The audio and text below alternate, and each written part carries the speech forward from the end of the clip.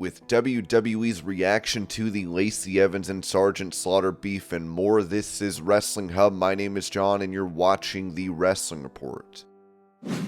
Before we get into the rest of the video, make sure you subscribe to Wrestling Hub and turn on all notifications to stay up to date with everything in the world of pro wrestling. Also, don't forget to follow us on Instagram at Wrestling Hub Official and follow us on Twitter at Wrestling_Hub.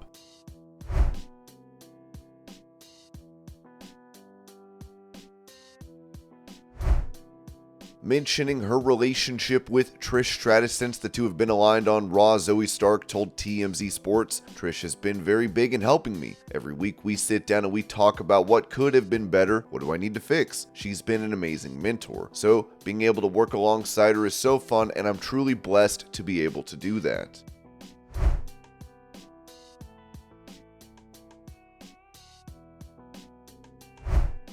Giving her take on the Bloodline feud in WWE, former AEW Women's Champion Thunder Rosa told Busted Open Radio, "This is a novella, dude. This is a straight up novella. This is like a family feud 1000 on crack. Every single aspect of family problems and things that you go to therapy for are being put in the ring as entertainment, which makes it so real to so many people. When you're so close with your family, you're close-knit, and you come from that kind of background, you understand and you relate. Because there's always such an a-hole in the family who thinks he or she is the and they do this gaslighting, put people down, all this stuff that we're seeing. I swear, I've seen it in 10 different telenovelas growing up, and this is my mom watching it, and I used to watch it. And now all you guys, all the males watching this telenovela."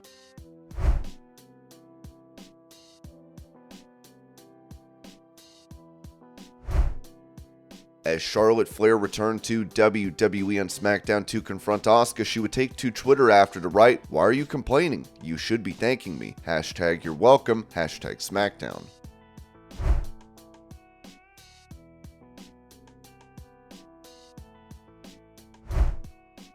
Speaking about how he turned down scripted segments during his involvement with LA Knight and Cameron Grimes on NXT, WWE Hall of Famer Ted DiBiase said on his podcast, "They do these scripted interviews nowadays and I can't stand it. I said, look, I'm going to look this over and I'm going to say what the message is here, but it's not going to be word for word what you've written. It's got to be me. The more me it is, the more real it is to the people."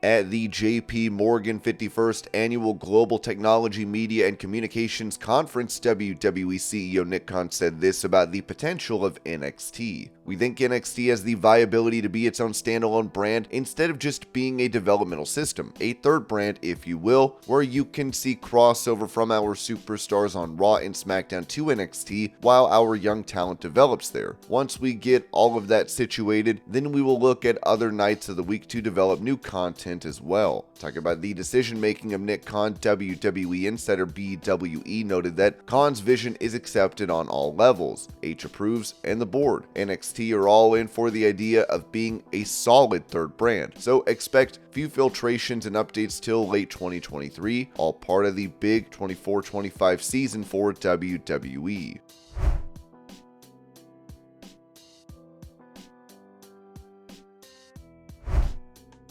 With JBL putting a beating on the Blue Meanie at ECW One Night Stand in 2005, Stevie Richards would get revenge by hitting a chair shot on JBL, as he told Wrestling Shoot interviews that Undertaker approached him after the fact. So he comes up to me, he goes, "Hey, let me talk to you for a second." His demeanor wasn't intimidating, but he was like, "Hey, our roster's really thin right now. We can't afford to lose anybody. What you just did there, we're probably going to be down a guy." And I go to Taker, "I swear to God, I did not do it purposely. I didn't do it. I'm waiting back here to see if he's okay, so if he comes back here and punches me or does whatever, I'm standing right here, I'm not running from it."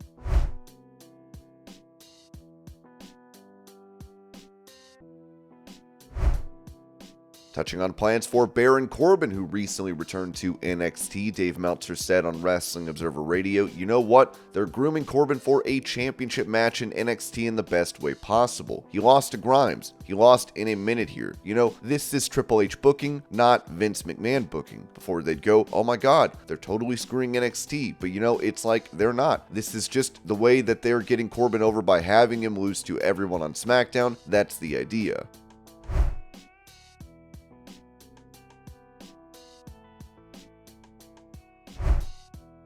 Taking to Twitter, former WWE star Ryback would call out Goldberg for a match at AEW All In, writing, "Feed me Goldberg. Despite WWE illegally restricting my social media the last 7 years, you great fans have kept me alive. We have a lot of work to do, but my story is just beginning. Linda Yesarino, Elon Musk, the truth always wins, and my hunger will never be fulfilled."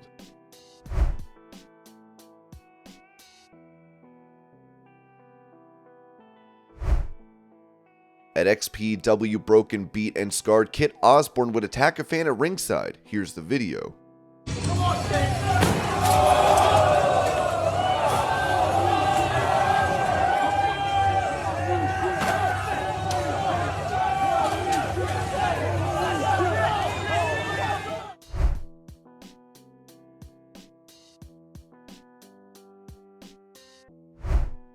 Saying this about problems with booking talent for the AEW Forbidden Door event, it was noted on Wrestling Observer Radio that there's been some talk regarding Stardom and Forbidden Door, and there's nothing going on there. This is from the Stardom. First of all, none of these Stardom women have Canadian visas, so even if they wanted to do something, it'd have to be rushed. Stardom has a pay-per-view that day. From people in Stardom, there's been no talk from their side. They have heard nothing. They said that the only contact that Stardom and AEW have had, they didn't have any last year either. The only contact that they have had was AEW did, or Stardom, I should say. Stardom had contacted AEW about perhaps one of the women from AEW wrestling against Kairi. I believe it was, in fact, it would be Kairi at the Tokyo Dome show for the IWGP Women's Championship, and they couldn't get the deal done. It never really, and it never was serious. It was going to be Kairi and Tam at that show, but they did make an inquiry at that time. So that's the only contact that there's been, but there's nothing, no talk, and even if there was, Kairi could have a visa from her time, her time working in WWE. I don't know that she does. I was told nobody does, and she's somebody, but nobody, none of the other women for sure do, and they have a pay-per-view that day, and everybody on every key on the roster is booked on that pay-per-view. I know Tony Khan looked about that and everything, but they're saying that there's pretty much no chance, or so they have not been contacted at this point.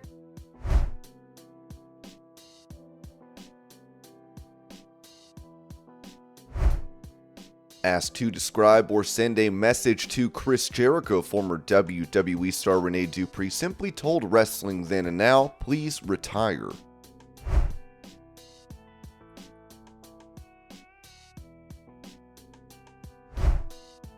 As there have been changes to WWE title designs, Ringside News would write that WWE has seen a few changes to their championship titles in recent memory. It seems that there is a lot more to that story. Sean Sapp reported behind Fightful's paywall that it was to clean up the SmackDown/Raw championship situation that was muddied due to the draft. The report also went on to say they also said that they wanted Asuka's title to look like Reigns to help portray it on an even plane, as has been the case for the past several years. We're told that Rhea Ripley's championship will be receiving some other sort of adjustment as well, either in name or appearance. It was also noted that WWE had some internal plans last summer and fall to split up Roman Reigns' titles, but that just didn't happen either. As reported previously, the idea to unify the WWE and Universal titles were only combined when Roman Reigns was sidelined after Reigns got COVID ahead of WWE Day 1 2021. There were some internal plans last summer and fall to have the title separated again by WrestleMania 39, but those ended up getting nixed. However, shortly after WrestleMania, firm plans were made to split the titles and have Raw with its own championship. A WWE source has claimed to Fightful that technically the Universal and WWE Championship histories are still separate, but said that they believe the WWE title's history will be continued once Reigns loses the championship, whenever that may be. The women's tag team titles are being combined, and there are several in NXT at the time of the formation of the NXT tag team titles that were confused why they were being created in the first place. However, Fightful was told that there were plans in order to combine the NXT and WWE women's tag titles going back to April when the WWE draft occurred. We've been told that the WWE women's tag titles will appear on NXT programming when needed, as was the original plan for the WWE women's tag team titles. WWE sources indicated to us that this unification would have moved forward quicker if not for the unfortunate injuries within the division. It was also noted that one point of frustration we heard from WWE sources was a simple misuse of the term undisputed in two cases. Roman Reigns' title is being referred to as an undisputed title, despite Seth Rollins Rollins being a world champion. Asuka's new championship has undisputed on the front of it, despite Rhea Ripley also being a women's champion. One higher up in WWE said, "That's admittedly confusing. I don't know why there is an insistence on doing that, and a lot of people have brought that up and it's been dismissed."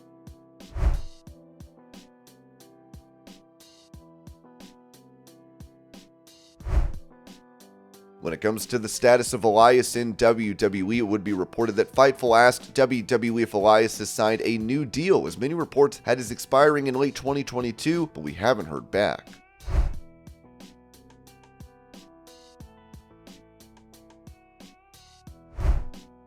With Lacey Evans drawing criticism from Sergeant Slaughter over accused gimmick infringement, Ringside News wrote that Lacey Evans and Sergeant Slaughter were involved in a bit of controversy over the last week when the WWE Hall of Famer called her out for jacking her gimmick. We are told that there is no heat on Lacey Evans at all. If anything, Slaughter isn't being looked at too favorably within WWE. And this was your pro wrestling news update. I hope you're all having a great day. Thank you so much for watching, and I'll see y'all later.